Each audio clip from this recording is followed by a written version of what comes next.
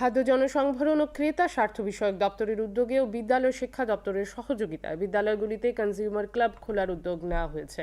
রাজ্যের 100টি বিদ্যালয়ে এই ধরনের ক্লাব খোলা হবে, জানিয়েছেন খাদ্য দপ্তরের অধিকর্তা নির্মল অধিকারী। আজ বোজ্জং উচ্চতর মাধ্যমিক বালিকা বিদ্যালয়ে এই ধরনের ক্লাবের সূচনা হয়। ছাত্রছাত্রীদের সচেতন করার লক্ষ্যেই রাজ্য সরকারের এই উদ্যোগ বলে তিনি জানান। অনুষ্ঠানে বিদ্যালয়ের প্রধান শিক্ষক সহ খাদ্য দপ্তরের আধিকারিকরা উপস্থিত ছিলেন।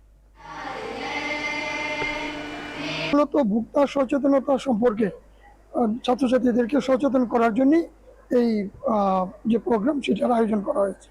বাচ্চাদের বাজারে যাতে ওরা ঠকে না যায় সে ব্যাপারে সচেতনতার কিছু কথা বলা হবে। আর আমরা আগামী সেপ্টেম্বর মাসে যে মূল প্রোগ্রাম করব, তারপর আমি রিকোয়েস্ট রাখবো প্রধান শিক্ষক মহাশয়কে বড় পরিসরে এখানে আবারও বড় করে একটা প্রোগ্রাম করা হবে, যেখানে অন্যান্য অফিসার এবং আমাদের মাননীয় মন্ত্রী হয়তো থাকতে পারেন। আমি খুশি হয়েছি যে ওনাদের এই স্কুলের এই উদ্যোগের জন্য।